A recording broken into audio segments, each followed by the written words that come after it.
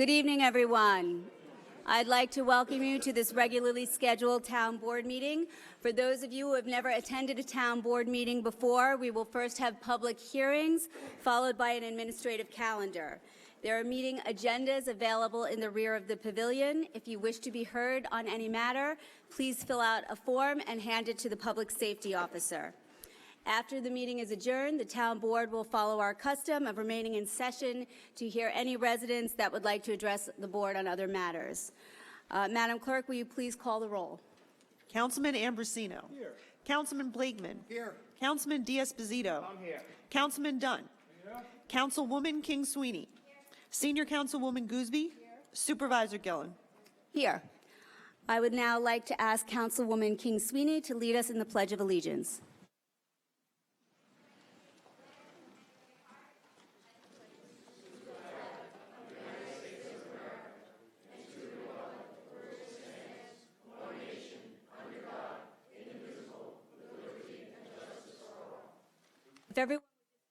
If everyone would just remain standing for a minute, I'd like us all to observe a moment of silence for some of our employees who we have lost.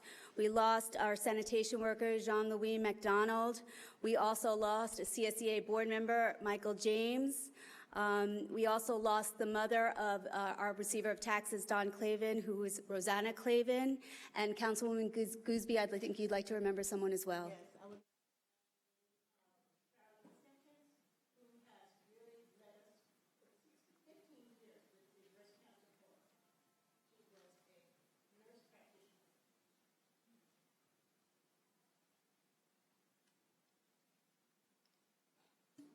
Thank you, everyone.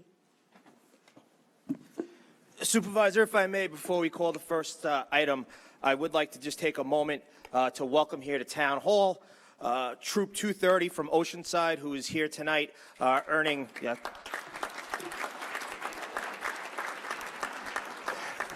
They are here this evening earning part of their merit badge for community service. We met for about an hour prior to the meeting, talked about town government, talked about what we do as a town board.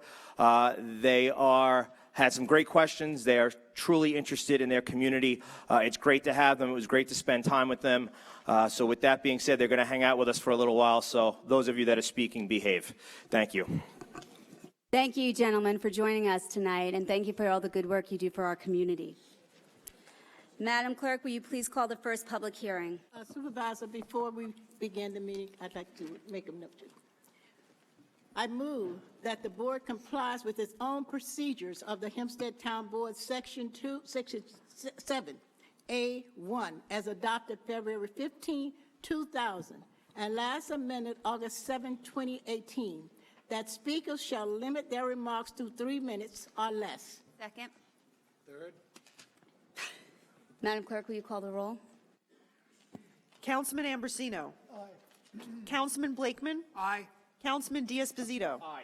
Councilman Dunn. Aye. Councilwoman King Sweeney. Aye. Senior Councilwoman Gooseby. Aye. Supervisor Gillen. Aye. Madam Clerk, will you please call the first public hearing? Proposed local law regarding regulations and restrictions to limit parking in or near Belrose Terrace, Belmore, Elmont, Merrick, Seaford, and Uniondale. I do not have any slips on this matter. Is there anyone who'd like to be heard? Hearing none, may I have a motion? Move the public hearing be closed, proposed local law adopted. Madam Clerk, please call the roll. Councilman Ambrosino. Aye. Councilman Blakeman. Aye. Councilman Diaz-Bazito. Aye. Councilman Dunn. Aye. Councilwoman King Sweeney. Aye. Senior Councilwoman Gooseby. Aye. Supervisor Gillen. Aye. Madam Clerk, please call our next public hearing. Proposed local law regarding parking or standing prohibitions in Baldwin near Belrose Terrace, Belmore, East Meadow, Elmont, Levittown, Merrick, North Belmore, Roosevelt, Uniondale, near Westbury. I do not have any slips on this public hearing. Is there anyone who'd like to be heard?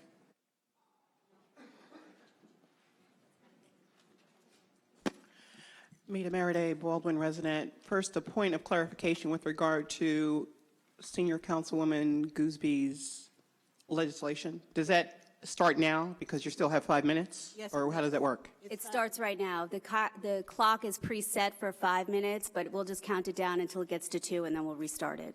So is that, in essence, a law or a statute that would not require any type of public comment with regard to where this came about? This is part of our rules that we've had on the books. Since, would you explain it to her, Mr. Roth? These are the rules of the town board meetings adopted in 2000 and amended the last time in August of 18. This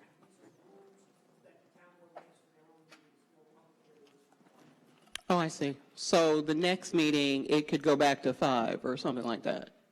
I'm just asking.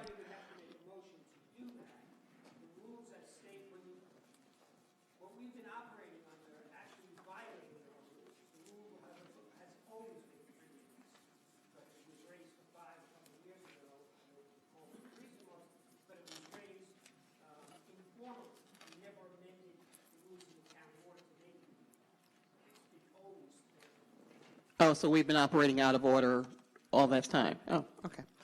Just for a clerical standpoint, where exactly would these prohibitions be in Baldwin? I see Baldwin is listed, so I'd just like to know. Mr. Reed?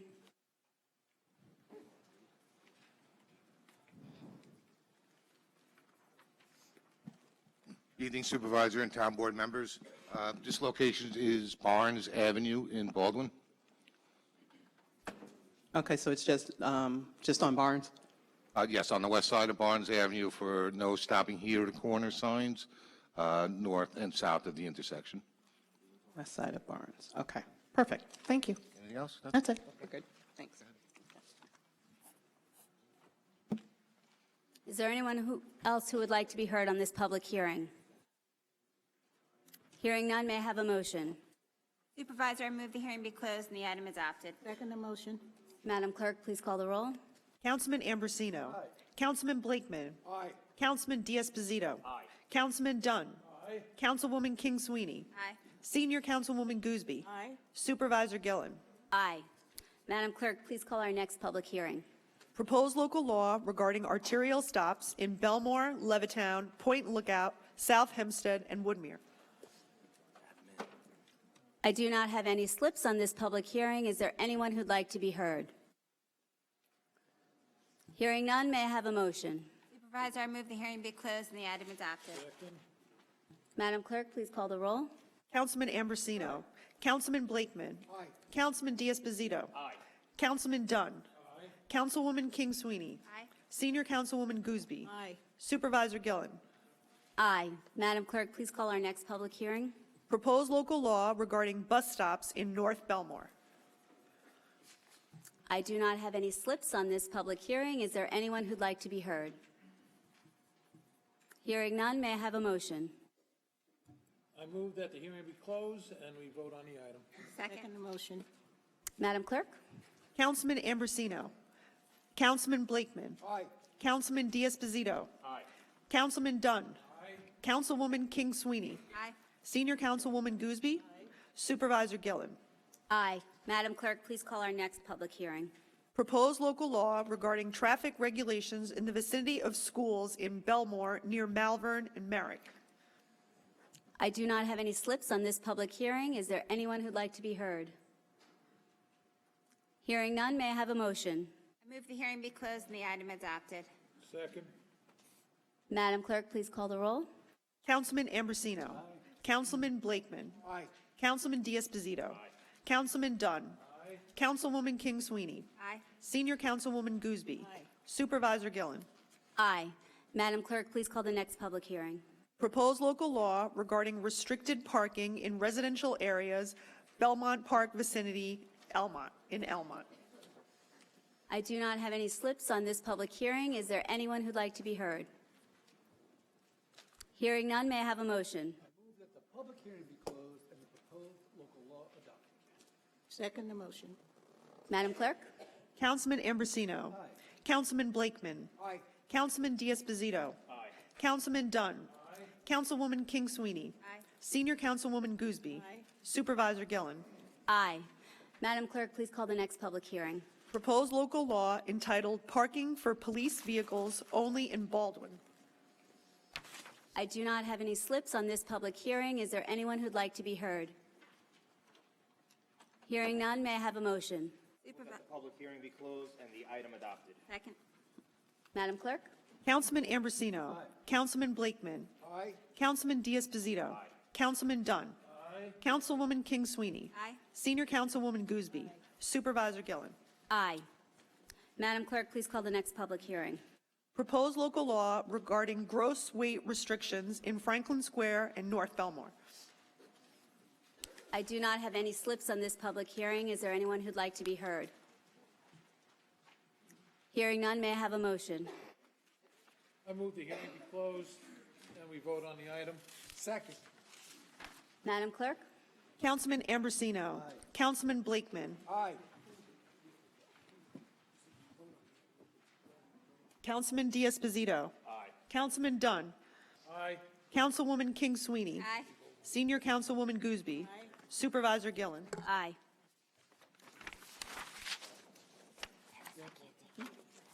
Madam Clerk, please call the next item. Proposed handicap parking on public streets in Elmont, Uniondale, and West Hempstead. I do not have any slips on this public hearing. Is there anyone who'd like to be heard? Hearing none, may I have a motion? I move that the public hearing be closed and the item adopted. Second. Madam Clerk? Councilman Ambrosino. Councilman Blakeman. Councilman Diaz-Pasito. Councilman Dunn. Councilwoman King Sweeney. Aye. Senior Councilwoman Gooseby. Supervisor Gillen. Aye. Madam Clerk, will you now call the administrative calendar, please? Yes. Supervisor, there are items 10 through 37 on the administrative calendar. I also have a resolution that is of an emergency or urgent nature. This is resolution authorizing the award of a bid for the installation of underground electrical power infrastructure upgrades, various street lighting locations, Town of Hempstead, Nassau County, New York, PW 11-18. This will be item number 38 on the calendar. Are there any council members who'd like to sever any of the items on the administrative calendar? May I have a motion on the administrative calendar? I move the administrative calendar from 10 through 37. But 38 comes on its own, doesn't it? You want to include 38 on this one? Okay. Madam Okay, Clerk? we'll include 38, so be 10 through 38. Councilman Ambrosino. No. Now we call. I have a number of slips of those who'd like to be heard.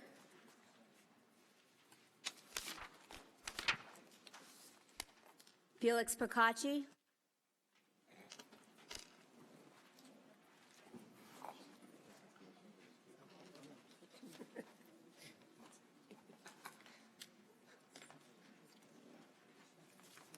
Felix Procacci, 1165 Barnes Street, Franklin Square, New York.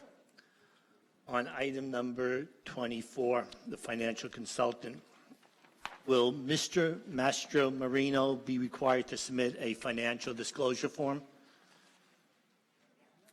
Mr. Ra? Yes, I believe so. Okay. Will the town abide by its own law and post all the financial disclosure forms online as required by their own ethics law?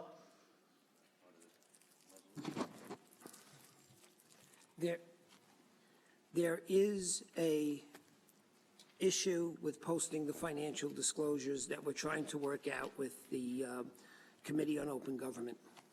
That's why they're not posted, I believe. The issue is you're violating the law. Why does the town council need its own financial advisor? Is there anyone who'd like to answer that? I'll take a crack at it, Felix. As we went through the budget practice, considering the fact that we have a controller who reports directly to the supervisor, and we didn't want to compromise that relationship because we had never had a split board before, we felt that during the budget process that it was incumbent upon us to retain our own financial advisor to give us some guidelines and some advice with respect to the budget that was submitted by the supervisor, which is certainly within our responsibilities and duties, and that worked out very well. And thereafter, it was felt that on an ongoing basis that we would like to have somebody to monitor for the town board exactly what is going on with respect to our budgeting and financing and that we would like somebody to report directly to us.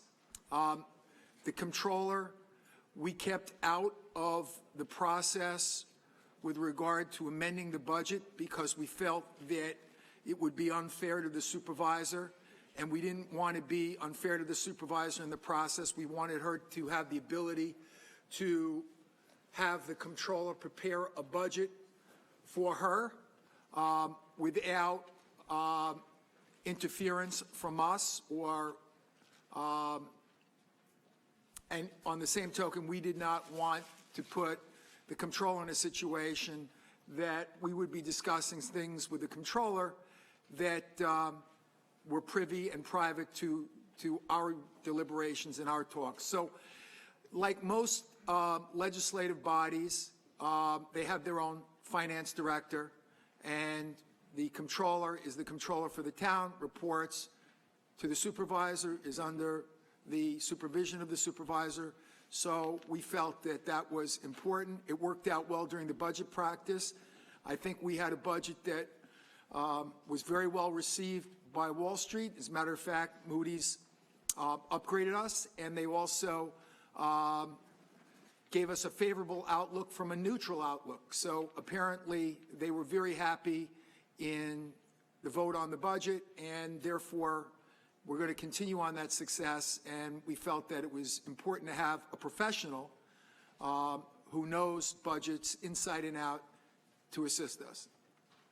What would be privy in a budget that the town board wouldn't want to share with the supervisor, and what would the supervisor not want to share with the town board? What privacy would there be in a public budget to running the town? Well, there are policy considerations, Felix, that the supervisor has her policy considerations that she may not want to share with the board until she shapes her budget, and then until we make a determination on what amendments we want to make. There are policy and value judgments that we make prior to issuing it, and it's supposed to be a very robust process. It was on our part, and I'm sure it was the same with the supervisor and her staff.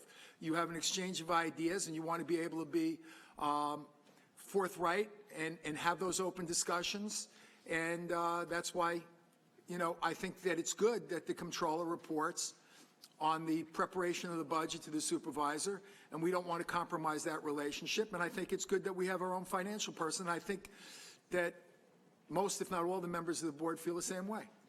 I just want to answer that from my perspective, Felix. I respectfully disagree with Councilman Blakeman. I think that there shouldn't be secret little private meetings. I encourage there to be an open and deliberative process.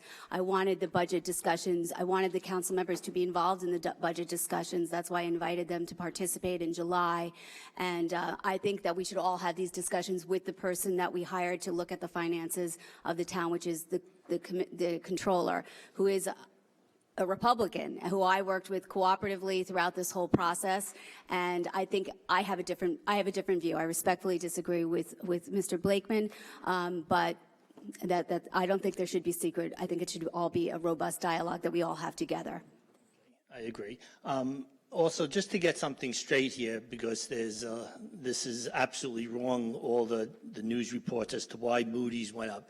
Moody's raised our credit rating because under Santino, who cut 255 employees were, not cut, they were by attrition, left the town in the last 5 years. Most of them left, actually just the majority left over the last 2 years under his tenure. And he raised taxes twice, nearly 4%, and raised fees. And although it's not impossible for me to know exact number, but it's roughly $13 million in tax revenue and fee increases that were an injection into the town, plus the savings of the 255 people, which is reason why Moody's increased it, not because of any budget. So how is that different from the story that you're floating? I'm just saying the tax increase had nothing to do with it. The current budget had little to do with it. It had to do with a little bit on the outlook side, but most of the thing was baked into the cake. When the audit came out on September 30th, the number of employees, I got my time. You can ask questions after my time. But the clock can stop. I have a question. Felix, Okay. there's children in the audience. Relax. But if I answer, then Okay, my the clock, runs. can you stop the clock, please? My question is simply this. Well, first, it's a statement. Obviously, we all understand that the upgrade in the town finances didn't happen the next day.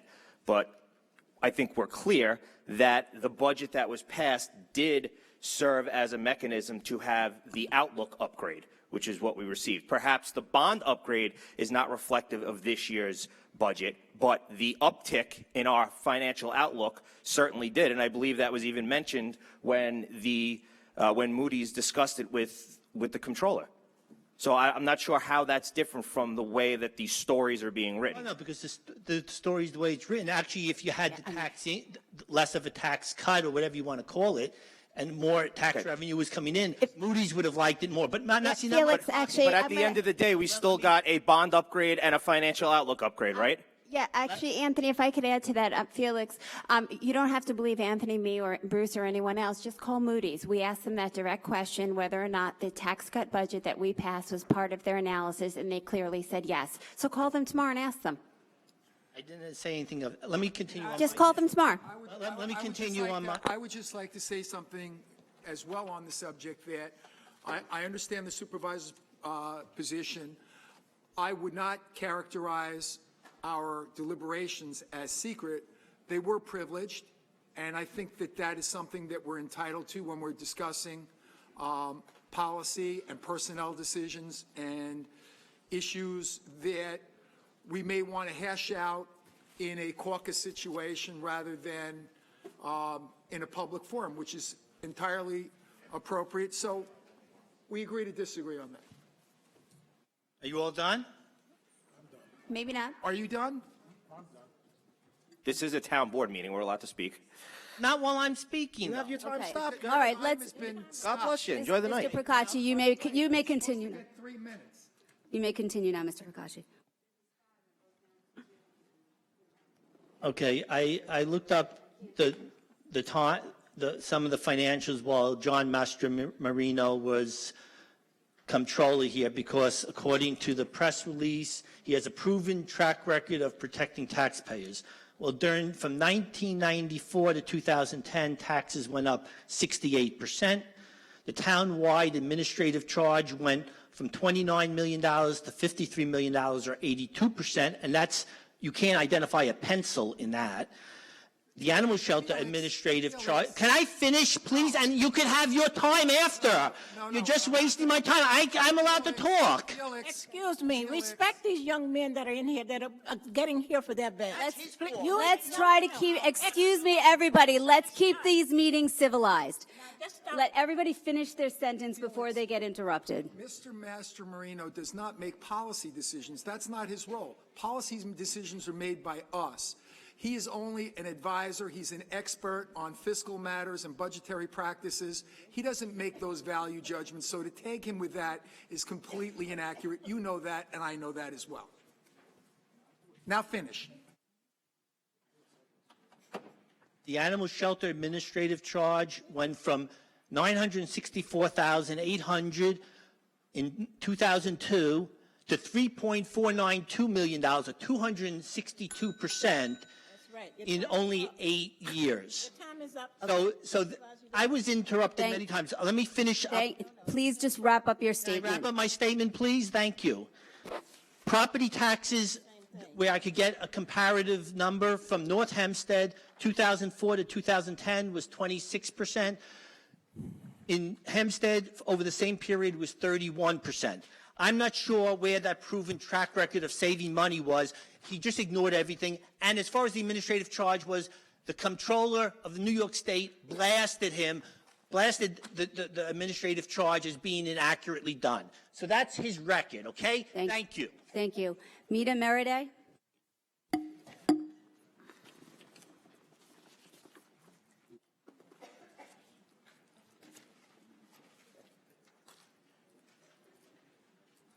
Mita Maraday, Baldwin resident. With regard to item 24, I share Mr. Procacci's concerns with regard to the factual background of the person taking that position. That's all I will say on that one. On item 38, I believe that was a contract about insulation. I understand that there are some items that come to the table right after printing of these agendas, but it would be helpful for those of us to kind of have an idea of who's getting those contracts. So it wasn't stated who's actually been awarded that. Mr. Marino, can you describe why this was a hand up and the bidding process? Hi, how are you? Good. Good evening, Supervisor, Town Board members, and Senior Councilman Gooseby. The reason for this is an underground, the contract for underground electrical services for street lighting. As you know, sometimes the street lights, you'll see the above ground, but when it's underground, it's very time consuming, and we just don't have enough staff to do it. So this is a requirements contract, which we don't have to use. It's a 3-year contract, I believe for $450,000 as needed, to help us catch up if there's too many underground type wires that are broke. You have to, if there's like 5 traffic lights, you have to dig up the whole street to find it. So in other words, this is setting up a process so that in case you have a need, this is not. Yes, and I can tell you now we have a need because we're backed up from the, like water main breaks when the weather changes and so forth, wires will break and we just don't have the manpower to handle it. It's much cheaper and more efficient for the town of Hempstead residents to have it as an on-call contract. Okay, and as far as the outreach to those companies, that how is this going to take place? Do you have companies established, or are you doing something different? It's a Public Works. It was Public Work 18-11, I believe it was, in which Anchor Electric won the bid. It was bid out as normal through the So it was the normal. It was the New normal York State, process. yes, the Okay. New York State agency, and of course on our town website. Okay. So it didn't incorporate what I'm hoping, what I've been pleading for with regard to incorporating some other forms of outreach that are more inclusive of service-disabled, veteran, minority-owned businesses. You know, so are we incorporating those aspects now? The same way we can kind of change 5 minutes to 3 minutes in 2 seconds, it seems like we take a long time to be inclusive of diverse businesses in our contracting. I believe we ought to a point when we bring it to the New York State website. That's, in my opinion, that's enough. That would get it to minority and veteran groups and so forth. I really hate to have to differ with you, but that really is not enough, considering the limitations and the challenges that are taking place for minority businesses and veteran-owned businesses in New York State. But it never hurts to be positive. So thank you. Appreciate that. Okay, continuing on. Item number 21 and 22. I just had some questions with regard to the utilization of the same law firms. It just seems to me that it's kind of like a tennis match. If it's not Harris Beach, it's Engel Berman. And just again, professional services and the diversity and the outreach also seems to be lacking in that arena as well. Engel Verman is actually the developer. Right, and on the other one, Harris Beach is representing South Nassau. They're not working for the town of Hempstead. Okay. So this is, as far as the site plans, was this something that was presented to the town? Yes. Board? Commissioners Toscano and Tuman and Rotkamp, I believe, could you please step forward? I believe all these site plans were presented to your various departments and reviewed. Is that correct?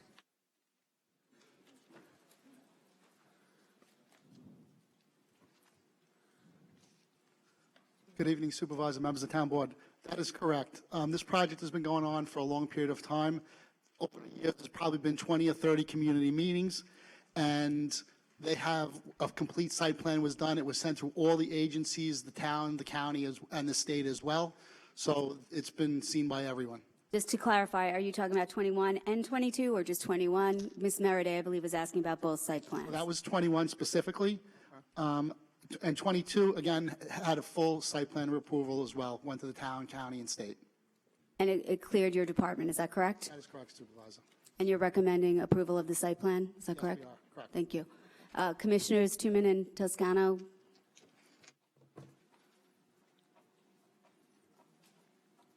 If you would, just the same questions. Your department reviewed these site plans and if you just let us know the process. Supervisor, members of the town board, we reviewed them.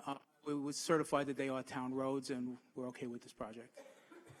Okay, thank you. And that's, just to clarify, that's for 21 and 22, is that right? Yes, thank you. Good evening, Commissioner. Good evening. Same questions. Okay, yeah, no, I didn't personally review them, but yes, somebody in my department did, basically for drainage issues. And it's the recommendation of your department that these site plans are approved? I believe so, yeah, based on the review of the person in my department. Thank you.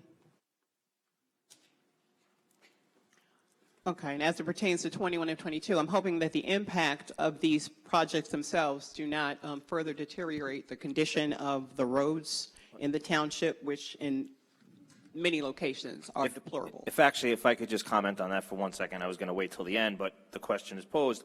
I think first and foremost, me personally representing the 4th Councilmanic District, I am lucky not only to have one great health providing facility in my district, but 2 being South Nassau and Mercy Medical Center. And I would say that probably from the day after I was sworn into the town board, I was thrusted into the work that South Nassau is doing in Oceanside. And the work that they've done, the communication that they've had with the community, the outreach that they've done has been phenomenal. I think not only will this not deteriorate any road conditions, I think that the improvement in the immediate vicinity is going to be very welcomed in Oceanside. Okay, because you do know the roads are bad over there as well. Oceanside is not. I'm not arguing that, but I'm saying that in the immediate vicinity, we're discussing this project, number 21. Your question was, is the project going to deteriorate the roads in the area? And my response is, no, it's actually going to improve some of the roads in the area. Okay. We shall see. Lastly, I'm just hoping that, again, in the spirit of diversity and inclusion, since we are in 2018, if we can, where applicable, note on these contracts that are being awarded, if we could note if that company is in fact a service-disabled, veteran-owned, minority or woman-owned business. It would be very helpful and encouraging. Thank you. Thank you, Ms. Maraday. Rory Gordon.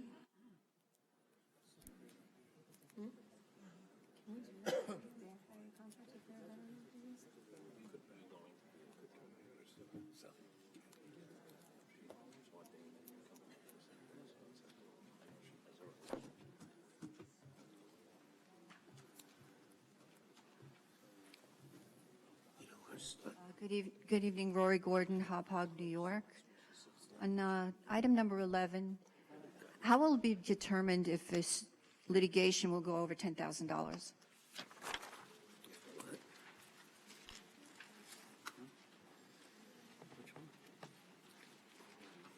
For number 11, I don't think I understand your question. Excuse me, can you repeat the question? How will it be determined if the litigation goes over $10,000 for the hiring Well, the best you can do is make a guesstimate. I mean, no one knows when a case is started what it's going to cost. The best thing you can do is guess. So I'm going to give a hypothetical. So hypothetically, every case that comes into the town of Hempstead could be given to outside counsel. Is that correct? That is not correct. Well, how is that not correct? It's not How are you going to know? How am I going to know what cases go out and what cases stay in? Is that the question? Yes. There's a determination based on the complexity of the case, the expertise, the caseload in the town attorney's office. A whole bunch of factors enter into it. Who is going to decide who receives the case? Well, there's a panel that are going to select the law firms that'll go on the list, and then after that it'll be the town attorney's office. Excuse me, who? Did you say the town attorney's office? I can't hear you. There is going to be a panel to select what law firms have the proper qualifications to go on the list to be eligible for assignment. After that, it will be the town attorney's office that will make the decision on where the cases go. And who is the town attorney's office? Who specifically does that consist of? Town attorney's office consists of probably 50 or 60 employees, 18 lawyers. Do you want me to go? I don't get the question. The town attorney's office is the employees, men and women who work diligently on behalf of the town. In the past, who picked the lawyer for cases at the town of Hempstead? I do.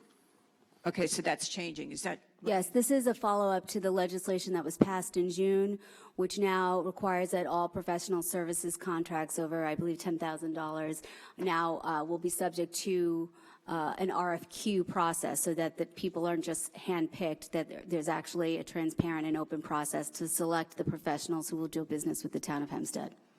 Okay, I noticed that they get a per diem for Supreme Court trial dates.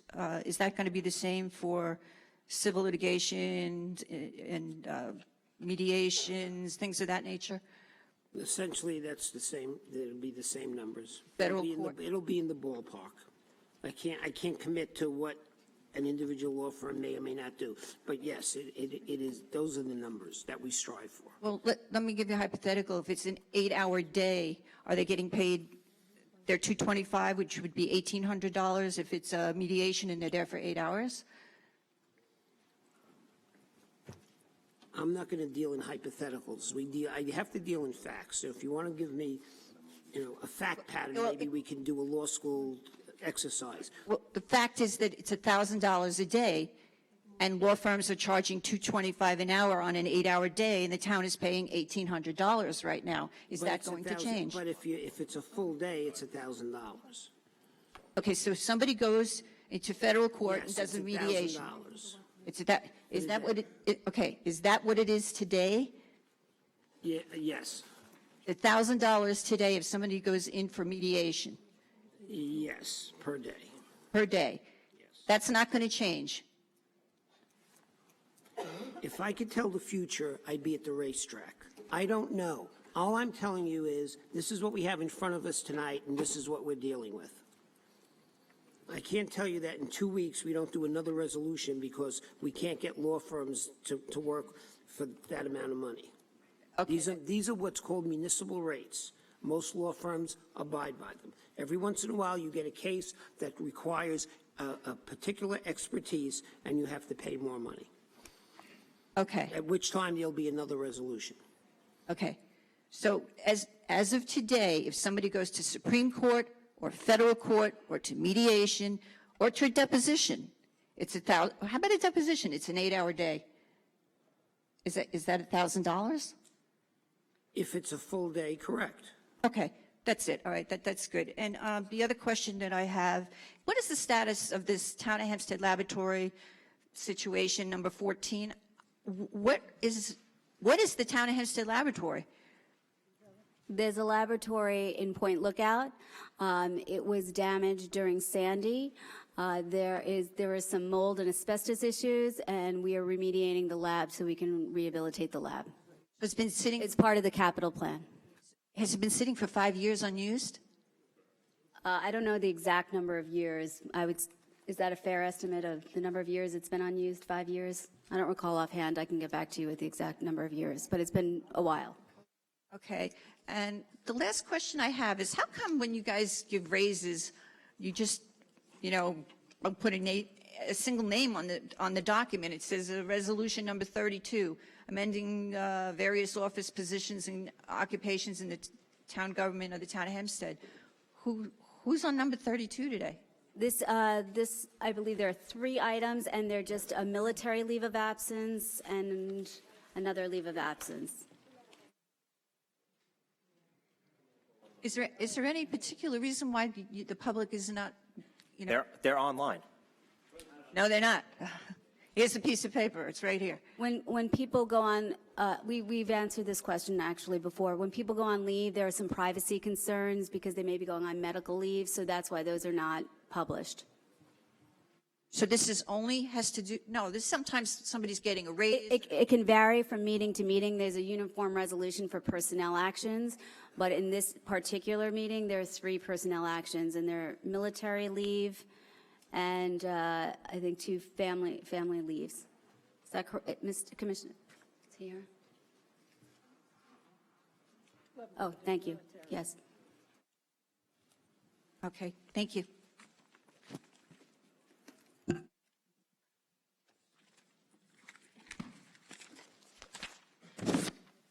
Janine Menard.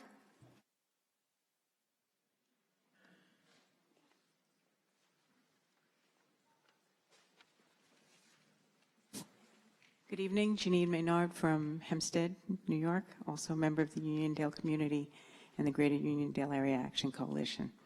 I'm here and I have some questions about item number 22. As part of the community, we're a little bit distressed that we get such late notice when these things are moving to resolution. And so I just want to make that known and ask for better and more transparent communication with the community at large. We were aware of the general site plan. We weren't aware that the 180 units were being segmented off to a separate action. With that, I just wanted to clarify what the definition of the CA apartments are. We had been told they were golden age, and so the CA term, I'm now informed, means cost adjusted. Does that apply to senior apartments, or is that a general term? Commissioner, could you please provide clarification on that?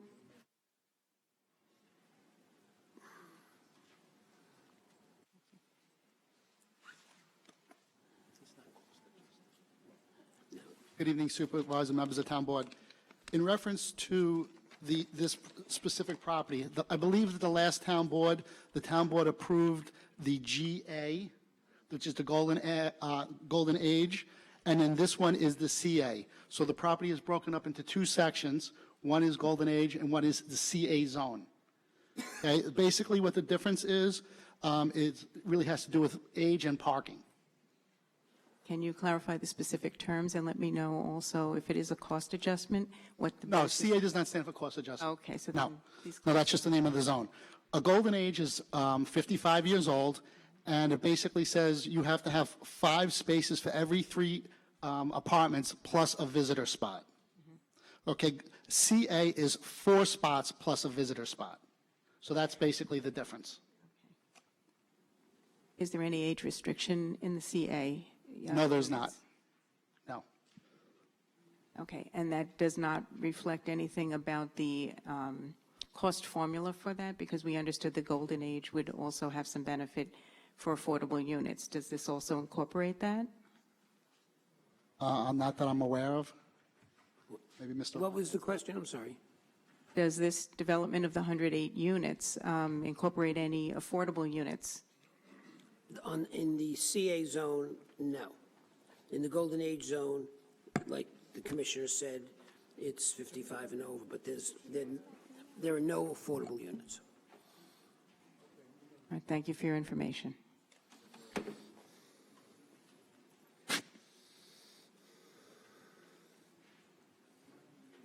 Paul Gibson.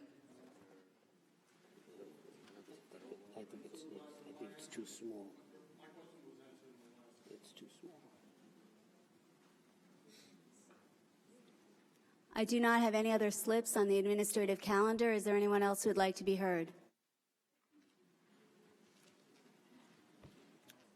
Hearing none, Madam Clerk, may I have a roll on items 10 through 38? Councilman Ambrosino? Aye. Councilman Blakeman? Oh, Councilman Blakeman? Aye. Councilman Diaz-Posito? Aye. Councilman Dunn? Aye. Are we voting on the administrative calendar? Yes. Okay, I, except for item 38, which I abstained because I have not had an opportunity to vet the name of this company, so 38, the abstains. I vote aye on the rest of it. Okay. Councilman Diaz-Posito? Aye, again. Oh, so Councilman Dunn? Aye. Councilwoman King Sweeney? Senior Councilwoman Gooseby? Aye. Supervisor Gillen?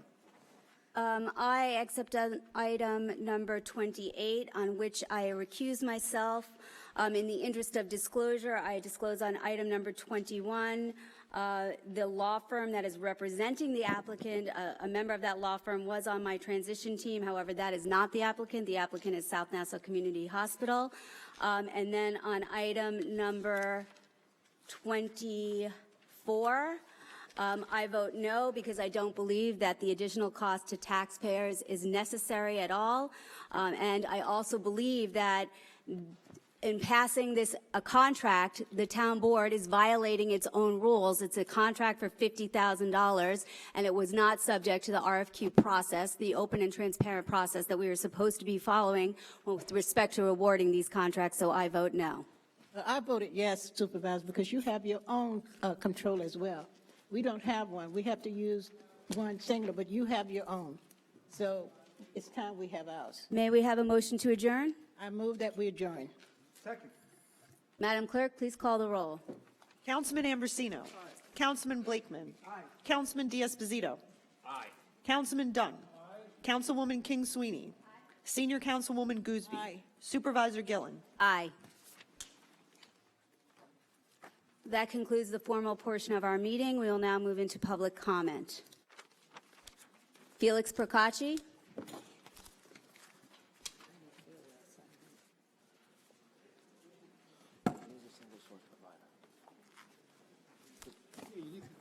Felix Procacci, 1165 Barnes Street, Franklin Square, New York.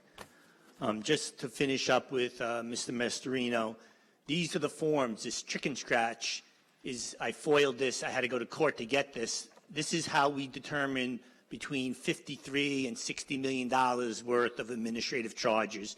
You can make heads or tails out of it.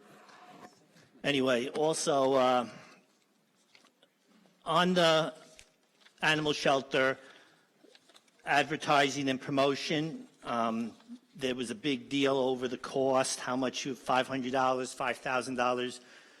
These are the flyers between 2010 and 2014. Each of these, and I foiled the amounts, it's $35,000 for postage plus some production costs. So it's $350,000 worth of mailings. At most during that period of time, the publicity budget, promotion budget was only $10,000 at most. So just because something's in the budget, that doesn't mean we're following the budget, because $350,000, I think maybe it was only $40,000 at most budgeted for that. On Robert Rules of Order, very important item here. The parliamentarian during the meeting, he should be purely advisory, and he doesn't supposed to tell members to table items or do anything like that like he did in 2017. And I'm not going to have time to read all this, but it's a purely advisory role. Also, in that, it also says here, like I don't have time to read it all, but the final say, the parliamentarian can give advice, but the chair of the meeting can disregard that advice. The chair of the meeting has the final say, and that's the supervisor. So that's just facts. The supervisor can make a ruling, but the town board has the final say. They can always amend the rules. Just so we're The chair has the duty to make the final ruling, and in doing so has the right to follow the advice of the parliamentarian or disregard it. That's just what it says. You can make up what you want to say and make that the rule if you like. We can amend the rules. But, go ahead and amend it. That's what you do. Please don't interrupt me. Please don't interrupt me. Mr. Procacci, Please don't interrupt me. Mr. Procacci, Boy Scouts, please calm down. Ignore Mr. Procacci. Procacci. He's an absolute moron. By a show of hands, who wants to be a council person? Yeah, exactly. Please calm Thanks. down, Mr. Procacci, and just continue your statement. Thank you.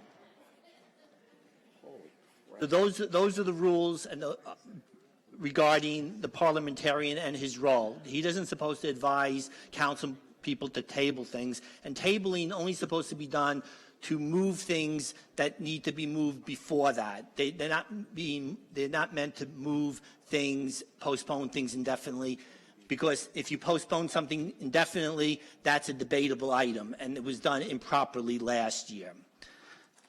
I finished in time. Rory Gordon.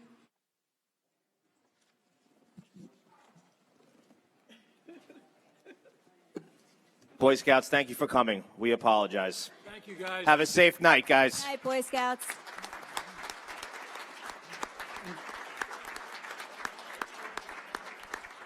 Do they get a merit badge for pain and suffering?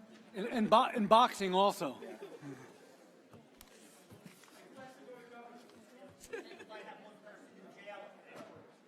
Who might that be, Felix? Don't engage. Please don't call out from the audience. Ms. Gordon, you may continue. Take care, guys. Thank you. Stay safe. Sorry for the outbursts.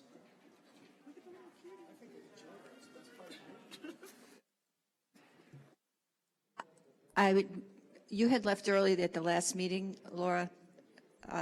I just wanted to say thank you for straightening out the computer system in the building department.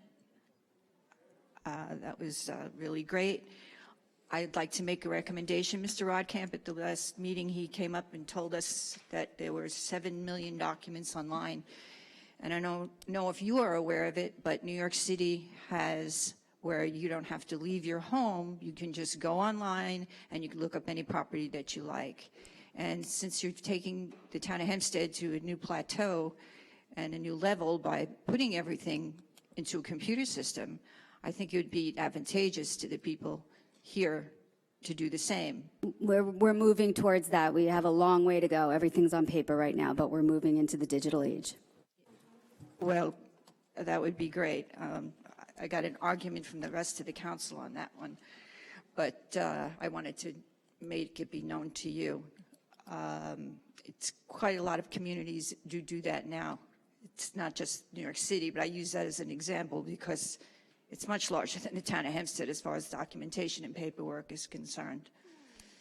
And I'm going to let you guys go early tonight. Thank you. Bill Nussbaum. That's very kind.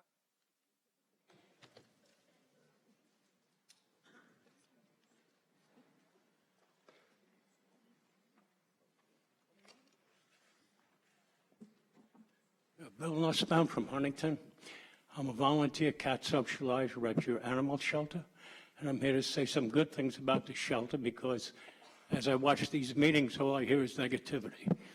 I want to assure anyone who wants to come down to adopt a cat or a dog that there are no diseased cats or dogs on the adoption floor. They're either in medical isolation or being treated at the veterinary facility at the back of the shelter. There's no need to turn an eye away from the shelter because of the things you hear at some of these meetings. And I've been there for several years. I'm a proud volunteer there. The place is run nice, it's run well, and there are no sick cats intermingled with deadly ill cats, as was stated at your October 3rd meeting. And that's about all I have to say. Thank you for volunteering, Mr. Nussbaum. Mita Meriday.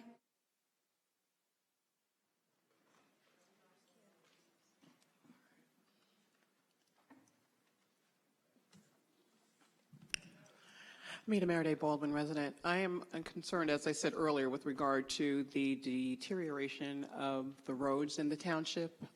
And after being over at the county for the public hearing, I am also concerned about the proposed NASA hub and the requirements that they will be looking for from the town. I am hoping, as I said earlier today in the county legislature, I am trying to be hopeful that some real benchmarks and some real accountability and implementation of programs will be inclusive of service disabled and veteran-owned businesses at the Nassau County Veterans Memorial Coliseum. To date, I have not been satisfied with the township or the county. But right now I'm talking to the township and I'm talking to you, Madam Supervisor, because again, there were some promises that were made when you campaigned about things that you were going to do different. And this is, almost that year out and still not seeing it. And I am not happy about that. And it just seems that you're bringing in consultants for financing, for legal issues, for insurance, for decorations, or whatever. And I'm not seeing that consistency or that investment in providing the support services for our veterans from an employment, an entrepreneurial, and an economic development standpoint. And the tide will turn again, because what many people don't seem to realize is that that ripple of a revolution started right here in the township of Hempstead, and it rippled to the county and it rippled across the state. So there are bodies that are sitting on daises like you that the origination of that movement started in this room, and you were initially a part of that. So I'm still looking to hold you accountable, to make good on the promises that you made to many of us who stood out in the cold, who took abuse from people who were elected into these positions to do the job. So whether it's for the veterans, whether it's for the animals, whether it's for the young people, whoever it is, there are underserved communities here that need to be heard and they need to be addressed. And that's pretty much all I need to say. Thank you. Thank you. I don't know if you noticed on the administrative calendar, number 15, we're paying traveler-related expenses for a veteran who works for the town to go attend the Veterans and Economic Transition Conference in Albany. It's a fabulous conference. I understand there are over 200 participants, something that no one from the town has ever attended before. We encourage Mr. Fox to go. He's a veteran. He's going to go. We're really hopeful that he will be coming back with some really great ideas from attending this conference to find ways that we can continue to serve our veterans. It's something we take seriously. We passed the legislation to give veterans a preference. We held a workshop here that you unfortunately couldn't get to. We discussed it because you got here after it concluded, but we are trying to do what we can to continue to help our veterans. I know everybody on the town board shares that concern. We all are concerned about doing more for our veterans, and we appreciate your comments. Okay. Thank you. I'm just saying you're making giant leaps, and you're paying salaries and consultant fees for all of these other arenas, and one person attending a conference or having one forum or things of that nature, that's not enough. It's too little. More needs to be done. Thank you. Thank you. Diane Madden?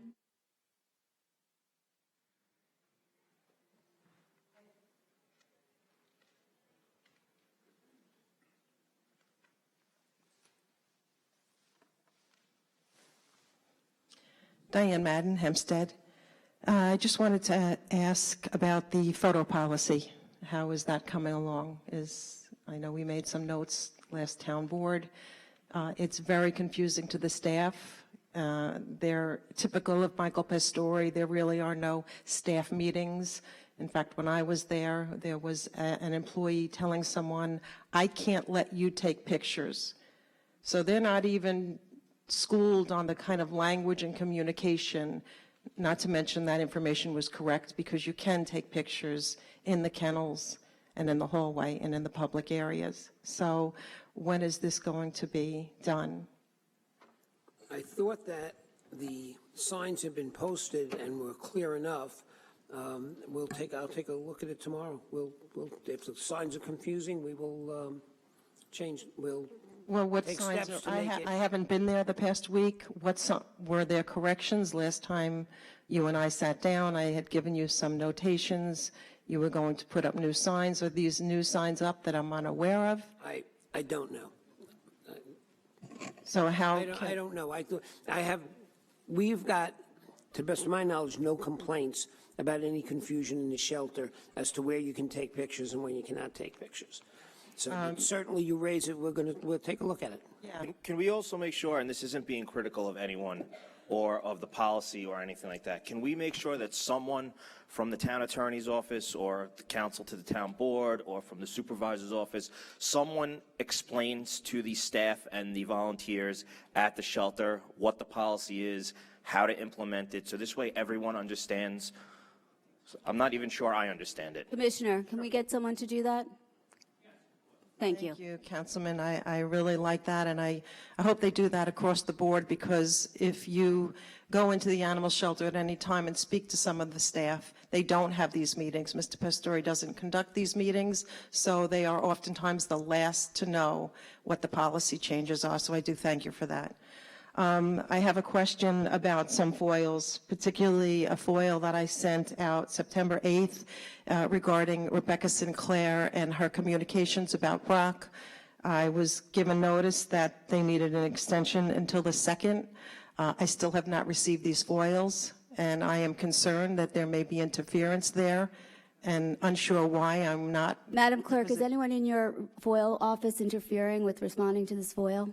No, not that I know of. The only thing, certain things get reviewed by the town attorney's office. So, but I'll look into it to see what the holdup is, and I'll try and get it to you as quickly as possible. I have, no reason to hold any information back from you. Thank you. Thank you. Mr. Ra, are you holding any information back from Ms. Madden?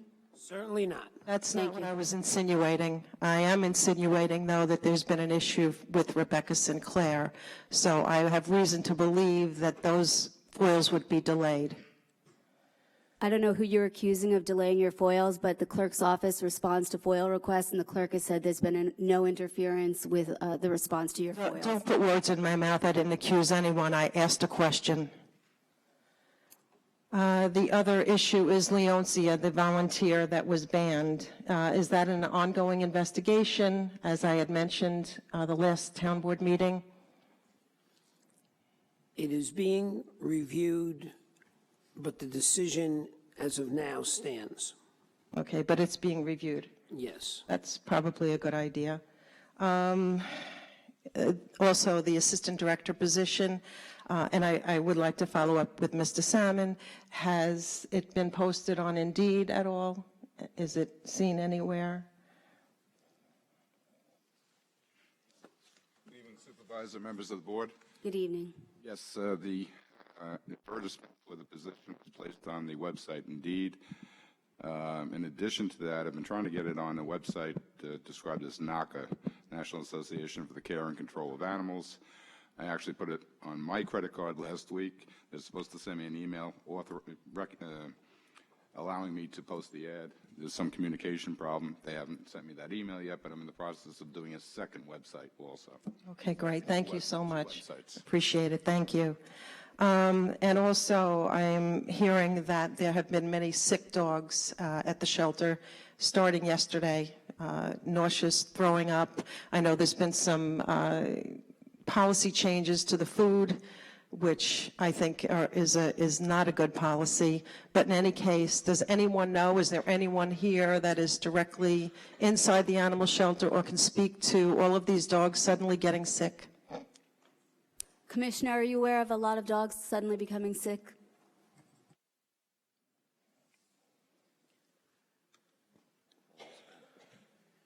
Again, Jerry Marino from General Services. There are some dog sticks. We are aware of what's going on. It's not an outbreak. It's not something that's not controllable right now. It's only happened for a day or two.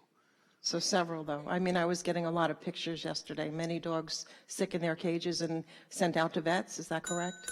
A few of them were sent out to vets. Any- We're trying to find out what's going on. Right. It is that time of year. We have a lot of dogs. When you have overcrowding and a lot of animals, sometimes a dog could get sick. It takes a few days to realize he's sick, and he could infect a few other animals.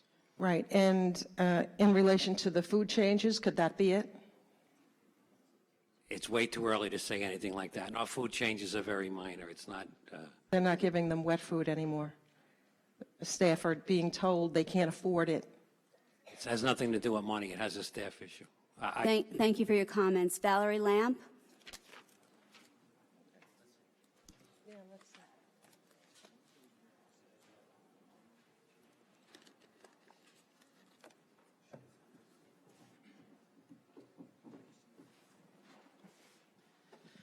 Valerie Lamp Baldwin. I'd like to respond to actually the volunteer, Mr. Nussbaum, because he's clearly stating something that I'm talking about. And he has also been attacking me on Facebook, which is fine. It doesn't really bother me because the truth is I don't really care about his opinion. But more importantly, here are the facts, okay?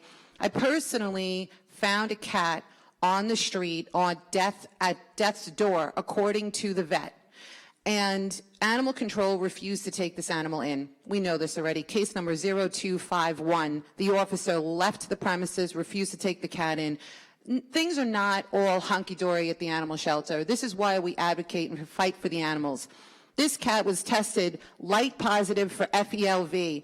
I requested a second follow-up test because all of these advocates and people with a lot of experience in rescue told me that SNAP tests are not reliable and that the next thing you should do is request a full blood panel, which is what I did from Dr. Siegel, and he didn't want to provide that to me. In fact, he didn't provide that to me. So now, here's the facts. I just took this cat in for a follow-up checkup appointment this past week. And the vet, the new vet, the great vets at the Wanto Animal Hospital, which you guys contract with, literally told me that, thank God I fostered this cat. Because had I not fostered this cat, this, according to Dr. Siegel, light positive FELV would have gone into the FELV room, which means, in layman's term, imagine if there was a kid that went to school with your kids who contracted meningitis and was allowed to be in the same classroom as your children, a highly contagious, deadly disease. So I don't really care what this guy says because it's not factual. I have asked him on social media and I've given him the chance. Tell me where I'm lying. I have the foiled documents. I have the vet records. Things are not all lollipops and rainbows at the town of Hempstead Animal Shelter. If they were, Supervisor Gillen, perhaps you would have adopted your dog from there. I'm wondering why you didn't do that after you got elected. You promised your children, right, the dog on your campaign trail, which you told Diane and I about. And then once you got elected, within a week, you went and adopted a dog elsewhere. Why wouldn't you adopt from the town of Hempstead Animal Shelter?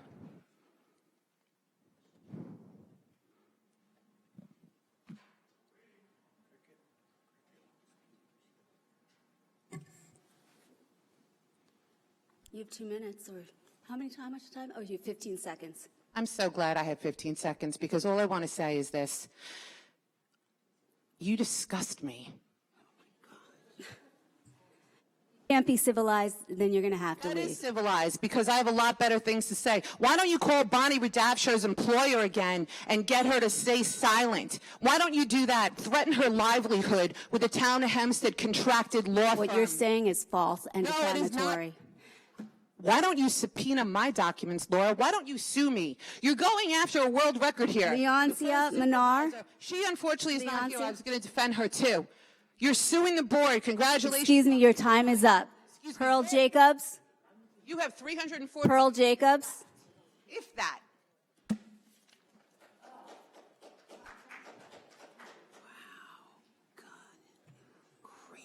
Good evening, Pearl Jacobs, President of Nostrand Garden Civic Association, Uniondale.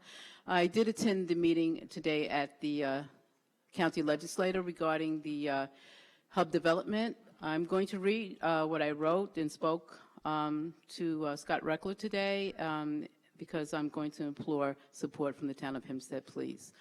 In yesterday's article, Northwell Health to become anchor tenant for Nassau Hub, no mention or reference was made of Uniondale.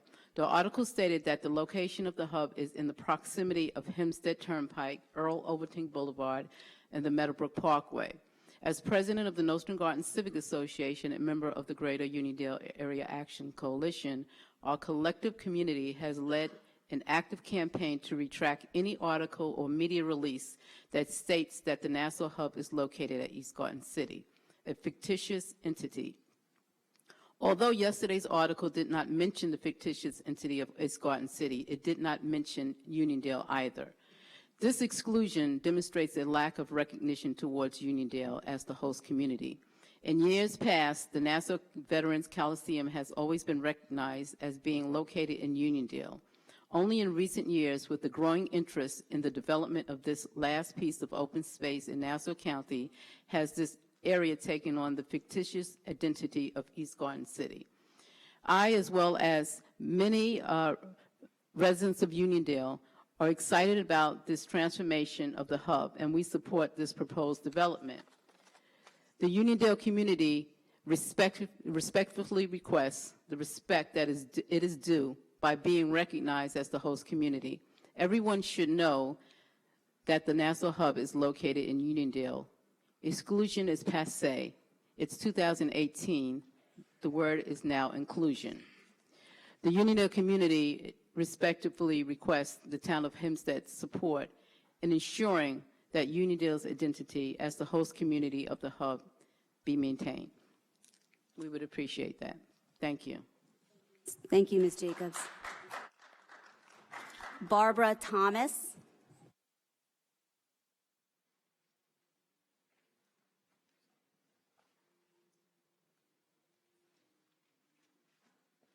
Good evening. I'm Barbara Thomas from Massapequa.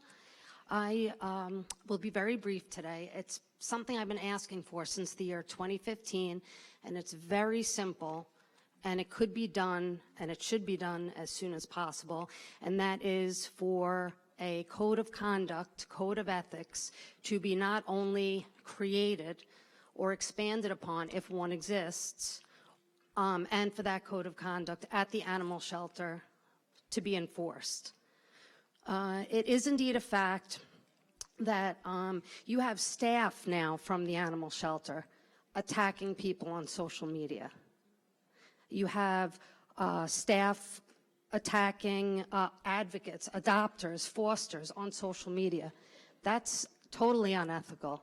You have volunteers still continuing their some, not all, please don't, I don't want anyone to think that. You have a set group of people which for some reason are the ones that gain your support, and those are the ones attacking the public on social media. They will get information about, personal information about people, maybe a dog that came into the shelter and they don't agree with that dog going back to the family. They'll release information about that family on social media. That's not what a volunteer should be doing. There's one volunteer in particular that was attacking a prior adopter who adopted 2 dogs from your shelter, and she's being attacked on social media. And that's all I've been asking for, because the false allegations too are outrageous. The outrageous behavior needs to be, this group, some of the volunteers, it's like they need to be reeled in.